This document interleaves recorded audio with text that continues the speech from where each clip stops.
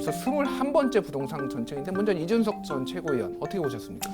가격 통제책 하다가 망한 정권 많습니다. 예를 들어 우리 역사를 봐도 그 로베스피에르 혁명정부 세워가지고 전격적으로 막 사회 개혁하고 막 한다고 하더니만은 아주 선한 의도로 네. 어떻게 이렇게 우유가 비쌀 수 있느냐. 그래서 우유값을 잡겠다고 우유값을 고정시켰더니만은 결국에는 아무도 우유를 만들지 않게 되고 그래서 오히려 우유값이 폭등하는 그런 상황이 발생해서 정권이 무너지는 단초가 됐죠. 그래서 결국에는 경제학의 기본이라고 하면 가격 통제책이라는 것은 한계가 있다라는 것이거든요. 보통 그렇기 때문에 뭐 미시적인 어떤 조정을 하는 데는 정책적 수단들이 동원될 수 있겠으나 가장 근본적인 건 수요와 공급이다. 그런데 이 수요와 공급 측면에서 과연 정부가 공급 측면에서의 합리적인 정책들을 펴고 있느냐?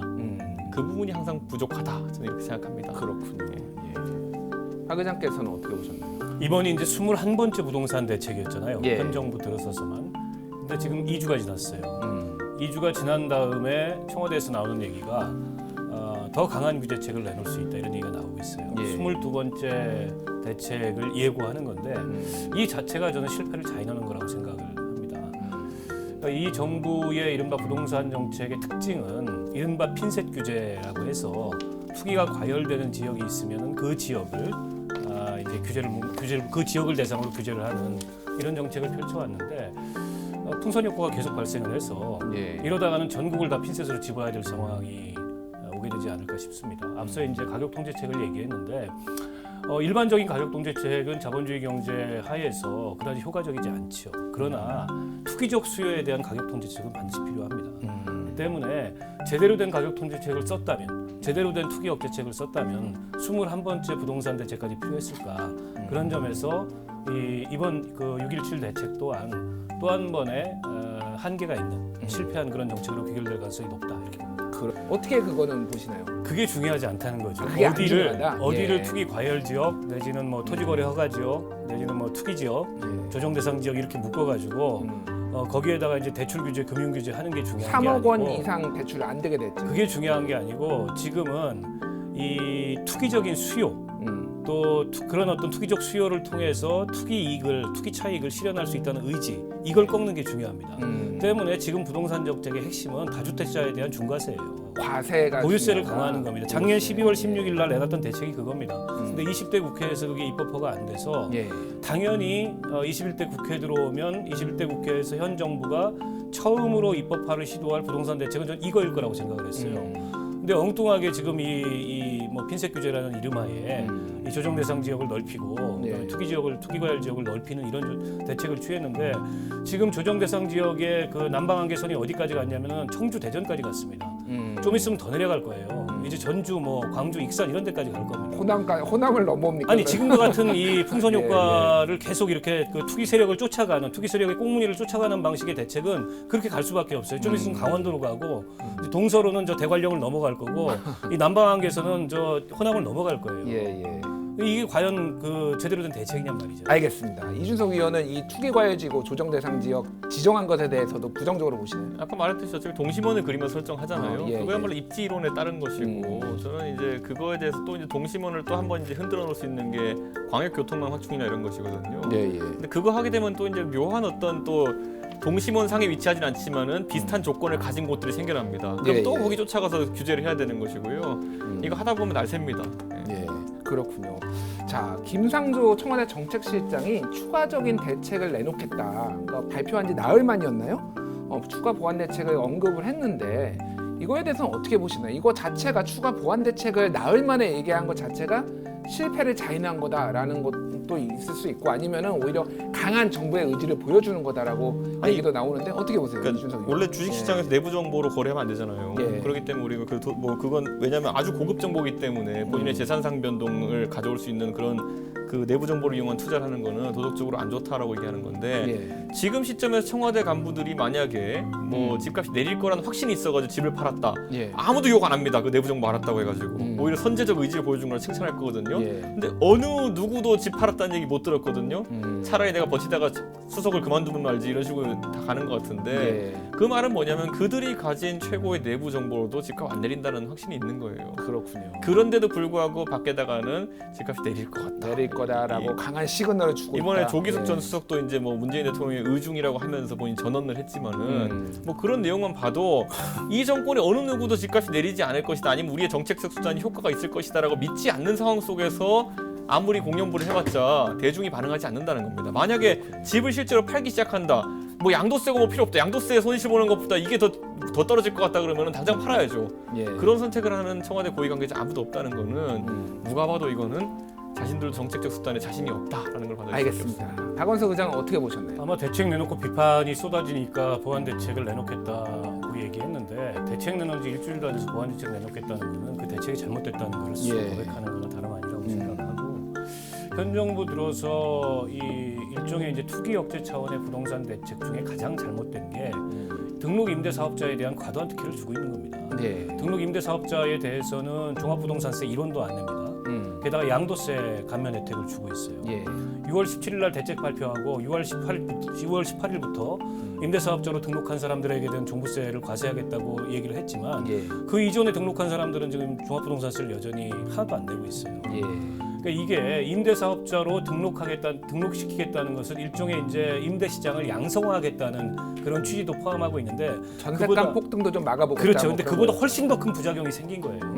그 다주택자들이 너나 없이, 심지어 1주택자도 예. 너나 없이 그 자기는 전세 살면서 자기가 소유한 집을 등록해서 임대로 내놓은 거죠. 예. 그러면 나중에 이 집 팔 때 양도세 뭐 거의 뭐 60% 가까이 감면을 받고 종합부동산세 한 푼도 안 내고, 이런 말하자면 루프홀을 남겨놓은 겁니다. 예. 이게 얼마나 엉터리 정책이에요. 그런 비판이 쏟아지니까 김상조 실장도 아마 보완 대책을 얘기하고 있는 것 같은데, 좀 전에 얘기했듯이 부동산 문제는 정책을 결정하는 사람들이 이해관계로부터 자유로워야 됩니다. 예. 근데 이 정부의 관료들도 그렇고, 그다음에 청와대에 있는 고위공직자들도 그렇고, 국회의원들도 그렇고, 그 이해관계로부터 자유롭지 않은 사람들이 굉장히 많아요. 예. 이 문제가 선거 때 지적이 되니까 1가구 1주택을 원칙으로 하고 다 집 팔아라 얘기했는데 여전히 안 팔고 있는 게 확인이 됐어요. 예. 청와대 비서실장부터 집이 두 채입니다. 청주에 하나 있고 이 서울에 하나 있고. 예.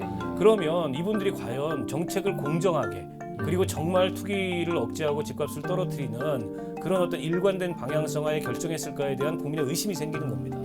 때문에 고위공직자들부터, 특히 정책 결정에 관여할 가능성이 높은 사람들부터 1가구 1주택을 원칙으로 하고 집을 팔아야 되는데, 이 정부의 고위공직자들 이렇게 언론에서 이런 문제가 적나라하게 제기가 됨에도 불구하고 안 팔고 있잖아요. 그 얘기는 뭐냐면 알겠습니다. 집값은 안 예. 떨어진다는 얘기입니다. 알겠습니다. 정부나 청와대에서는 강한 시그널을 주고 있지만은 결코 집값이 떨어지지 않는다라는 거를 본인들은 알고 있고 집을 안 팔고 있다, 이렇게 말씀하신 것 같고요. 그 좀 다른 얘기를 해보겠습니다. 지금 이 강한 규제책을 내고 있는데, 이거를 어떻게 보면은 규제 정책으로서 시장을 잡겠다, 부동산 시장을 잡겠다라는 건데, 이거에 대해서도 좀 반대의 목소리가 있어요. 특히 이제 보수 진영에서는 시장 원리에 맡겨야지 왜 부동산 시장을 정부가 지배하려고 하느냐, 이런 비판도 있거든요. 그건 뭐 어떻게 보시나요? 그거에 아까 대해서? 말했던 것처럼 수요 자체가 굉장히 복잡해졌다는 거죠. 예, 우리나라 예. 보통 이렇게 얘기하면 수요 공급 면에서 공급이 충분하다고 이야기하는 근거로 주택 보급률이 이제 일부 지역에 100%가 넘었다 이런 식으로 예. 이야기하는데, 어떤 주택이냐는 거죠. 보면은 우리나라 예전에 보면은 뭐 90년대만 하더라도 보통 예를 들어 가정에서 4인 가족에서 첫 차로 표준적으로 사는 것이 뭐 준중형 차였다면은, 지금은 이제 첫 차로 이제 대형 차를 고르는 사람도 있고 중형차를 고르는 사람도 있어요. 예. 그런 것처럼 원하는 지배 형태가 10년 사이에 굉장히 많이 바뀌었는데, 주택이라는 건 아무래도 차보다도 바꾸기 힘든 거다 보니까 예. 지금 서울에 있는 공급되는 주택 또는 공급대 시장에 나온 주택 자체가 수요와 맞지 않는 불일치가 있는 거거든요. 그게 딱 맞아 떨어지면은 급격한 가격 상승 이런 거 없습니다. 그렇기 때문에 저는 그 부분을 맞춰주기 위한 주택 주거 형태의 변화라든지 이런 것들이 필요하다. 지금 예를 들어 아까 제가 소형 아파트 얘기했지만은 예. 소형 신축 아파트에 대한 공급은 거의 서울 시내에서 아까 박원석 의원님 말했던 이유로, 그러니까 결국에는 뭐 수요가 있어 수익성이 날 수 있는 곳으로 뭐 개발하기 어려우니까 지금. 예. 왜냐하면은 10평짜리 틀어지어가지고 10평짜리가 나오면은 수익성이 없잖아요. 그런 것 때문에 지금 용적률 규제라든지 이런 것들이 강하기 때문에 예. 지금 굉장히 문제가 많다. 그래서 저는 공공 영역에서 차라리 그런 부분을 좀 공급해야 될 필요가 있는데, 저는 박근혜 정부 때도 여기에 대해서 굉장히 소극적이었다 보는 것이, 예. 사실 그때 박근혜 정부에서 그러면 소형 그 이제 새로 사회초년생들을 위한 주택으로 공급하고자 했던 게 뭐냐면은 철도 부지 선상 역사에다가 이제 거기다가 아파트 올리고 이랬거든요. 예. 근데 그렇게 해서 나올 수 있는 공급량이 얼마나 되겠습니까? 그렇기 때문에 저는 이제 어느 정도 뭐 지구를 풀든지 그린벨트를 풀든지 뭐가 하나 있어가지고 그런 대단위의 소형 아파트 공급이 있어야지만이 이 수요가 해결될 것이라고 봅니다. 알겠습니다. 공급을 좀 더 해야 된다는 입장이시고 그럼에도 불구하고 일관되게 말씀하시는 거는 박 의장께서는 지금 보유세를 올려야 된다라는 그러니까 말씀하시는 것 같아요. 이런 거죠. 이제 자본주의의 대표적인 불로소득이 지대이익입니다. 예. 그리고 이 부동산 정책, 그 부동산 규제에 있어서 가장 핵심적인 문제도 그 지대이익을 어떻게 개혁할 거냐 이 문제예요. 그러려면 그 사실 땅이라는 건 한정된 자원이고 그리고 이거는 일종의 이제 공유 자원이다라고까지 얘기하는 분들이 있습니다. 근데 그거를 독점적으로 소유해서 거기로부터 나오는 이 이득이 우리 사회의 불평등을 격화시키고 있다면 그에 대해서는 정책적 개입이나 조정이 필요한 거죠. 근데 과연 지금 이 정부가 취하고 있는 혹은 역대 정부들이 취해온 부동산 정책이라는 게 그런 지대 이익을 그야말로 합리적으로 개혁하기 위한 그런 어떤 정책이었느냐? 저는 그런 정책이 못 됐기 때문에 여전히 이 투기를 못 잡고 있는 거라고 생각을 하고 지대 이익을 개혁하기 위해서 대표적으로 보유세죠. 근데 이제 우리나라 보유세 같은 경우에는 보유세 이제 재산세도 있고 종합부동산세도 있는데 그렇죠. 보유세를 그 GDP 대비로 보면 우리가 한 0.3% 돼요. 근데 이제 미국 같은 경우가 보유세가 굉장히 높은데 유럽보다 보유세는 높습니다. 미국이 GDP 대비 한 1% 정도 됩니다. 그러니까 우리도 실효세율을 한 GDP 대비 정도 1%로 가져가야 된다라고 생각을 하고 지금 이제 종합부동산세 과세 기준이 되는 이 과표를 보더라도 이제 공정시장 가액 비율이라는 게 있고 공시지가라는 게 있습니다. 근데 공시지가 현실화율이 아파트 경우에 높아야 60%밖에 안 돼요. 단독주택은 40% 정도밖에 안 돼요.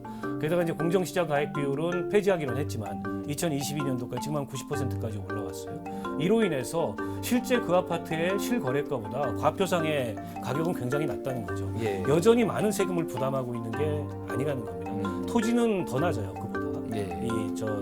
집이 없는 그런 일반 그 나대지 같은 경우는 때문에 우리가 이제 부동산 그 투기업 규제 차원에서 세금 정책을 강화한다고는 했지만 여전히 이 어마어마한 불로소득인 이 지대 이익을 합리적으로 개혁할 수준의 만큼 도달하지 못하고 있다. 때문에 지금 부동산 정책의 핵심은 이거여야 한다. 정부가 정책적 개입을 하면 이거여야지. 자꾸 이게 투기 억제 존을 여기 만들었다 저기 만들었다 한다 그래서 이 지금 이미 투기 시장화돼 있는 이미 극도로 이 지대 이익에 대한 기대치가 높아져 있는 이 상황을 진정시키기 어렵다는 거죠. 알겠습니다. 저는 여기서 그리고 세제 개편이라는 것도 정의당은 보유세만 붙들고 들어오고 있는데 저는 생각을 좀 넓혔으면 좋겠는 게 지금 우리나라의 고가주택 소유자들이 저 같은 젊은 세대는 거의 없습니다. 보면은 예를 들어 10억짜리 집을 들고 있는 30대가 몇 명이나 되겠습니까? 보면은 그럼 고가주택의 대부분은 60대 이상 또는 50대 후반부층부터 보통 보유하고 있다는 가정 하에 여기서 이제 일부 학자들이 주장하는 게 뭐냐면은 지금은 우리나라가 현금으로 상속하는 것보다 아파트로 상속하는 것이 상속세 부담을 절세하는 방법이다. 라는 어떤 구조적인 문제가 있다는 지적을 했어요. 그럼 저는 거기서 우리가 정치권에서 답을 낼 수도 있는 것이 뭐냐면은 지금은 아까 박 의원님 말했듯이 공시지가 문제도 있고 해가지고 집을 사서 증여하는 게 훨씬 절세가 돼요. 그렇기 때문에 예를 들어 동산에 대해 가지고는 상속세율을 인하해 준다든지 이런 식으로 인센티브를 주게 돼요. 예를 들어 주권이나 동산에 대해 가지고 그 상속세율을 굉장히 특례세로 낮게 하는 기간을 가져간다든지 하면은 주택으로 상속할 이유가 없게 되는 것이죠. 토지로 상속하거나 주택으로 상속할 이유가 없게 되는 것이고 무엇보다도 저는 그렇게 되면은 노년층 입장에서는 예를 들어 나이가 들어가면 들어갈수록 우리가 주택으로 상속했을 때 불이익이 있다는 것을 알게 되면은 그러면은 빨리 이거를 동산화해야겠다, 유동화해야겠다라는 생각에 파는 수요로 내놓게 되는 것이거든요. 그러니까 저는 이런 어떤 정책도 필요한 것인데 지금 너무 보유세에만 집착을 하고 있습니다. 근데 보유세는 우리가 항상 알고 있듯이 전가의 문제가 생길 가능성이 있습니다. 세입자에 대한 전가의 가능성이 뭐 100%는 아니더라도 일정 부분 존재하기 때문에 뭐 전세금 올린다는 거죠. 그러니까. 월세 내는 사람은 치명적이고요. 전세금도 상당히 오를 가능성이 있습니다. 그러니까 저는 그런 어떤 전가보다는 차라리 상속의 수단으로 주택이 활용되는 것도 한번 정책적으로 막아야 되지 않을까 그런 생각합니다. 알겠습니다. 결국에 부자들한테 전부 유리한 얘기만 하는 거예요. 알겠습니다. 뭐가 유리해요? 미래통합당은 잠깐 오히려 지금 이렇게 유리하고 저렇게 유리하고 집으로 상속하니까 지금 절세하고 있는 건데 두 분 다들 싸우지 마시고요. 자, 두 분 싸우지 마시고. 정의당은 이런 개혁적인 생각 부자 못합니다. 정당인 티를 너무내. 저 계급주의적 사고에서 탈 필요 못해요. 두 분은 일주일에 2번만 만나세요. 너무 자주 만나시니까 이게 좀 말씀이 많으세요. 자.